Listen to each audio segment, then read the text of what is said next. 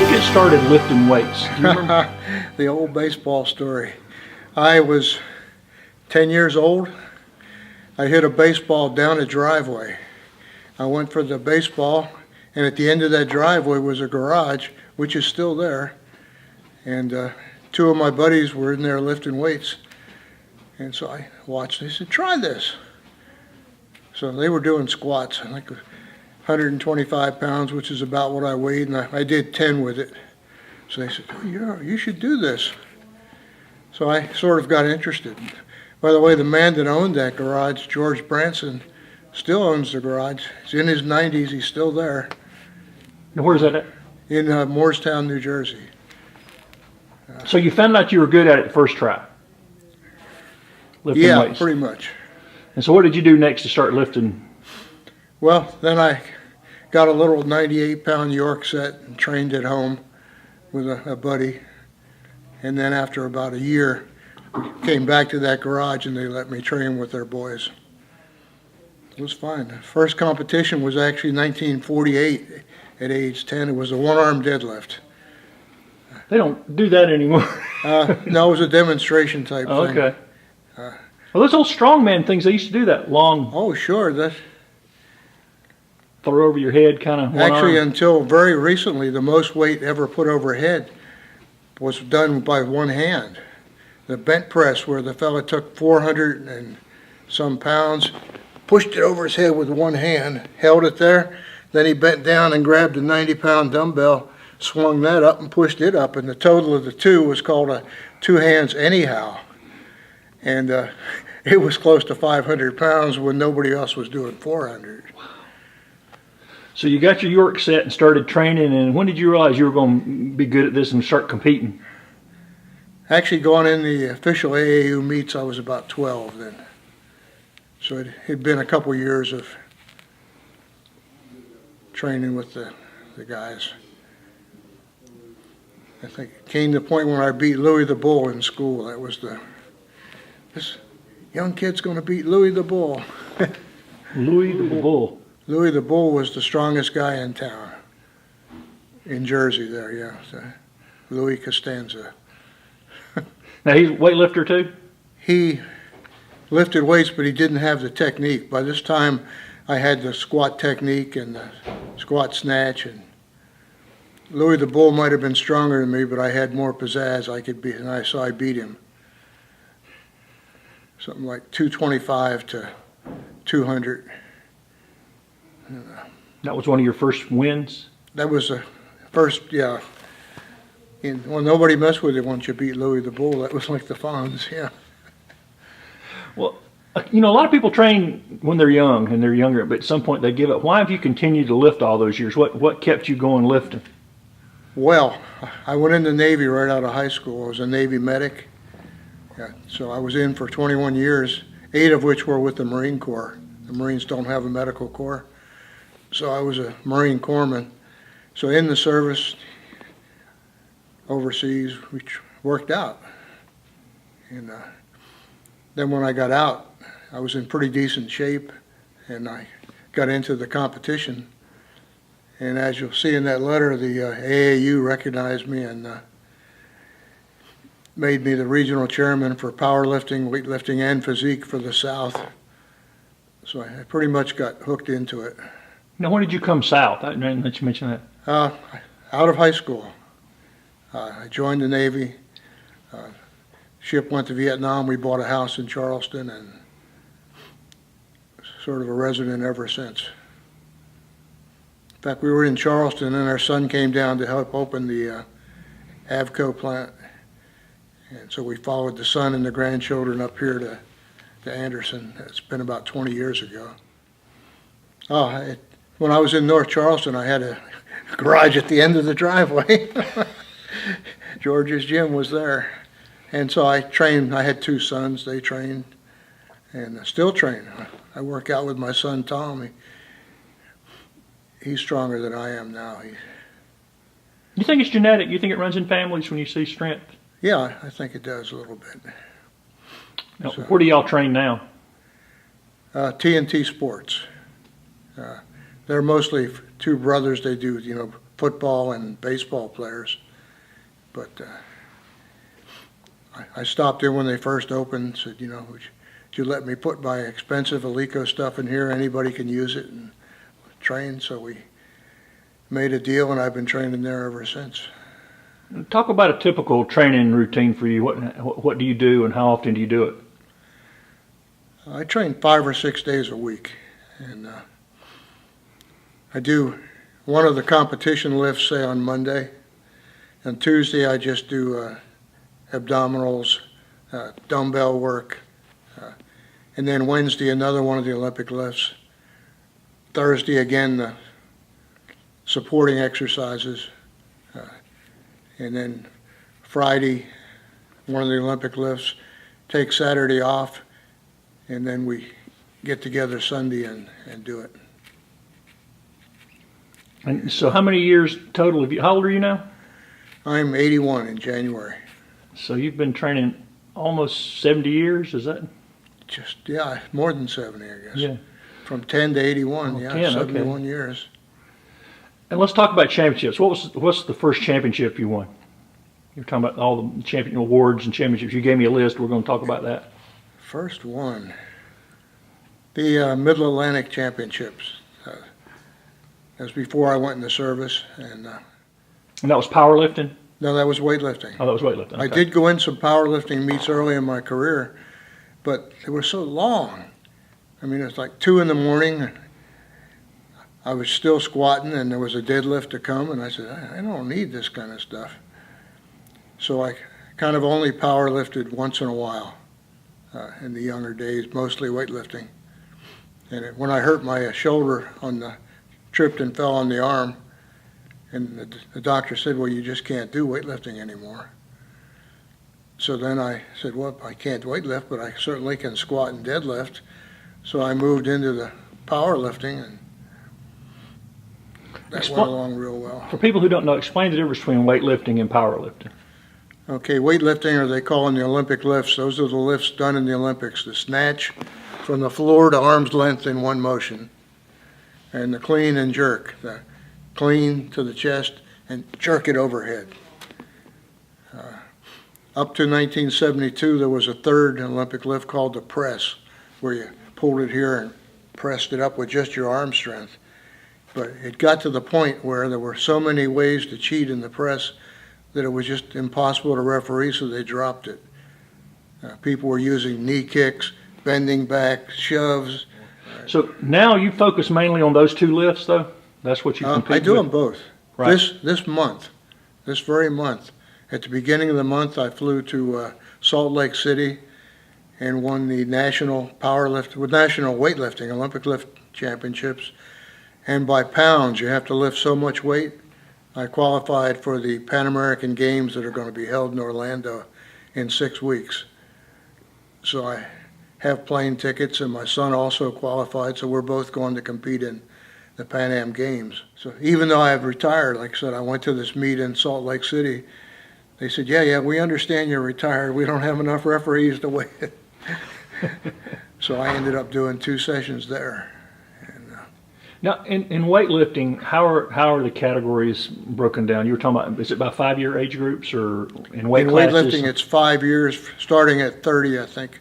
30 to 35 is submaster, and then 35 to 39, 40, right on up to, for U.S. competition, it goes up indefinitely. There's 80 to 85, 85 to 90.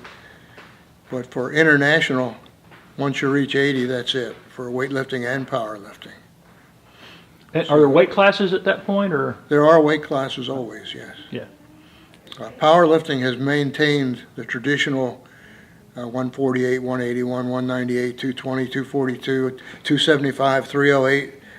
Those classes stay the same. Those are odd numbers, aren't they? Yeah, but weightlifting, it's so confusing that I don't know the classes. Like I said, they just changed. Like instead of a 198, they went to 197.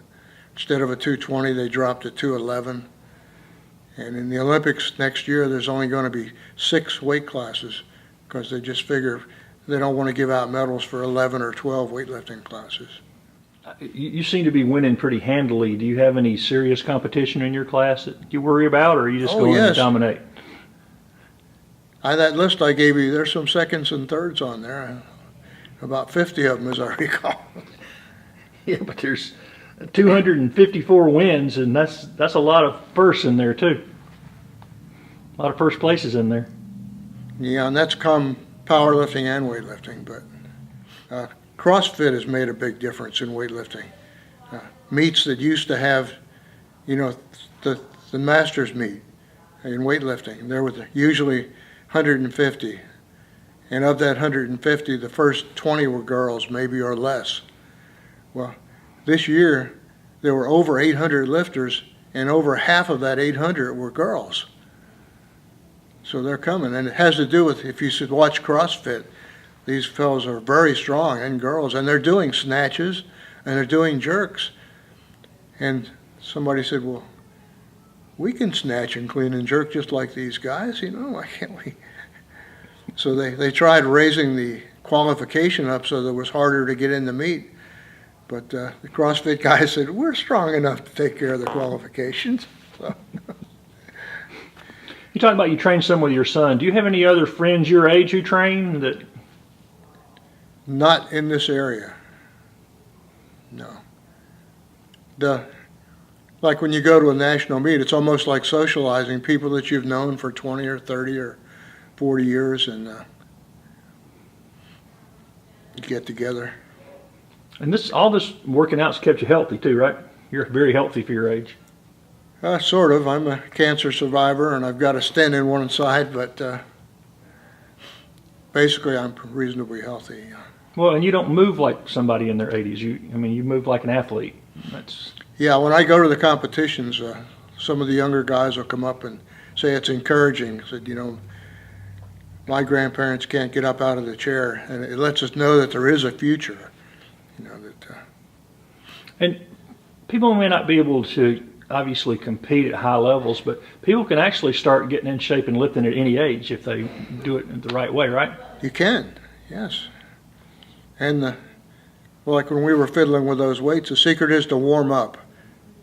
Don't just grab the bar and start flipping it up. You've got to take the stick. In fact, I lay on the floor first, and I do my hamstring exercises and back twists. Take maybe 15 minutes of stretching. Then I get to the stick and start messing with the stick. And then, the bottom of the bar and start a progressive resistance. I think that's the name of the game. And that's one of the things when you're young, nobody wants to take 15, 20 Right, minutes to stretch. You just want to go lift. And used to be a big thing. You'd walk into the gym and 225 would be on the floor in front of the squat rack. We don't strip it down, just put it up on the squat rack. And I don't do that anymore. Well, what's next? So you got another competition coming up? Pan Am Games in 6 weeks. And how many countries are involved, do you know? North and South America, Central America, and the Caribbean islands. And like I said, I'm in the Pan American Hall of Fame. It comes by points. You get 6 points for a win, 3 for a second, and 1 for third, and you need 42 points. And I have 11 wins, so 11 sixes are 54, and 5 seconds. See, I'm not winning these things. And I'm not wearing my jacket, am I? No, I have a patch on my jacket. U.S. Hall of Fame. It's the U.S. Hall of Fame, U.S. Masters Hall of Fame, which requires 10 national championships. And the other one is the Pan American, which is done on points. And of course there are 50 or so people that have won the U.S. Hall of Fame, and there are about 20 that have won the Pan American, but there are only 2 that have the combination. Is the other one a friend of yours? Maybe. Maybe, okay. He was more prominent than I was as far as officiating and lifting. And one year we were lifting in the Nationals in Pittsburgh, and he said, my lifts are better than yours proportionally. And I said, no way, I could do what you do if I weighed what you weighed, which was 148. He said, I don't think so. I said, all right, I've got a meet in 6 weeks. I'll be your weight and break your national records. He said, well, are you going to come? He said, you paying my way? I said, hell no, I'm not paying your way. So I broke his national records, all of them. And he sort of held that against me. You had your own record, why'd you come down and break mine? Yeah, well, even this contest, this weekend, I do kind of, there was a fellow who's 242, your class, and he's 77 years old. And he was saying, well, I'm getting a gold medal. And in fact, he said, I got 4 gold medals. You have to pay extra for if you enter other events. And he said, because I entered everywhere where there was nobody and where there were no records. So I've got 4 first places and 4 gold medals. And nobody's beaten me today. I said, yeah, somebody's going to beat you today, young fella. So I changed my deadlift and moved it up from. Is there? And I beat him, yeah. The patch obviously is a big deal because you're one of only 2 people. Is there anything else that you're particularly proud of winning with a competition or a record you have that you feel you're super proud of? I've maintained a pretty constant level. I was kind of disappointed one year that this letter that I was showing you before, I was qualified for the Olympics. I was in with the national office and invited to the Olympic trials, which were at the World's Fair. And so I got all the paperwork, filled it out, took it to my commanding officer I was stationed in Beaufort at the Marine Corps Air Station. And they said, no problem, Doc, we'll get this right in for you. And so I continued to train. And 2 weeks before the competition, a Navy captain appeared from Washington. He said, Chief, we have good news for you. You don't have to go to the Olympics and represent the Marine Corps. We have fixed it up so that you can represent the Navy. And we're going to get your paperwork back from the Marines, and we're going to send it all in, and it'll be in there by the end of the week. I said, well, thank you very much, sir. It was due in New York 6 weeks ago. And for Olympics, you know, if you're not exactly this and that. And the boss still holds it against me. I took my lifting shoes and I just said, well, I'm quitting. And I threw my shoes out the door. And she never realized why I had quit. And I didn't actually quit, but I was kind of down for a few years after that. I don't think I would have won the Olympics, but I'd have gotten a medal. But then again, you don't know. There's something comes when you're competing. And Well, you obviously like the training. Do you like the competition part a lot too? oh, I do, yeah.